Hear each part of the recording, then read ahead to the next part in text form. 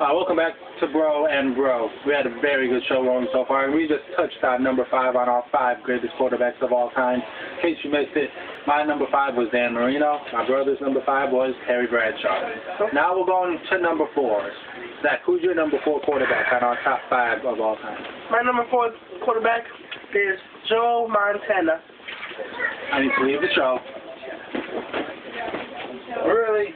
My number 4 is Joe Montana. Number 4? Yes, number 4, and I'll tell you why. Really? Yes. My number 4 is Joe Montana because... Number 4? Let me finish. I thought Brett Favre would have been number 4 because he's number 4. And I thought Tom Brady would have been out of the top 10. Anyway. Number 4? But Joe Montana... Broadway, Joe. Anyway, Joe Montana's my number... Cool, Joe. Number 4. He's my number 4 because, okay, I went down stats. He played 192 games. He completed 3,409 passes out of 5,391. Had a 63.2 quarterback rating. Almost 41,000 yards. About 500 yards short about that. 273 touchdowns, 139 NOs, and a 92.3 completion percentage, and he scored on the Super Bowl. But anyway, he's my number 4 because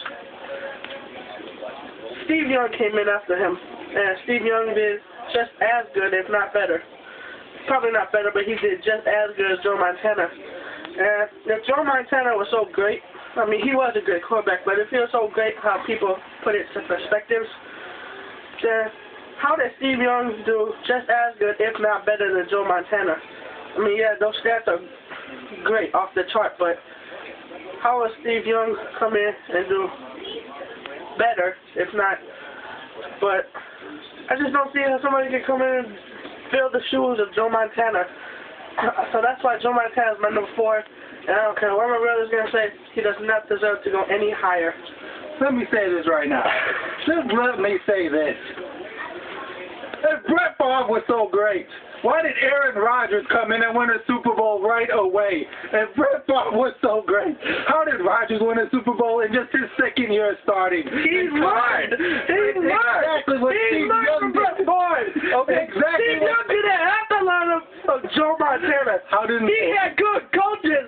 Brett Favre was his own coach.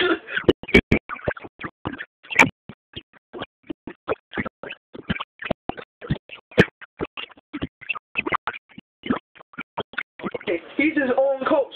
He taught himself. He taught Aaron Rodgers. Aaron Rodgers isn't even that good. Aaron Rodgers doesn't deserve to be in the league. All I'm saying is he's already won 1 Super Bowl. That's all I'm saying. If you want to say how is Joe Montana so good. Yeah, I know he already won 1 Super Bowl. Steve Young already did. But all that being said, and number 4? Yes, number 4. Number 4. Yes, number 4. We're going to stay on this one for a while, because I don't get how you could put Joe Montana at number 4. I don't think he was that great. He wasn't that great. How was it? He was 4-0 in the Super Bowl, 117 and 59 as a starter.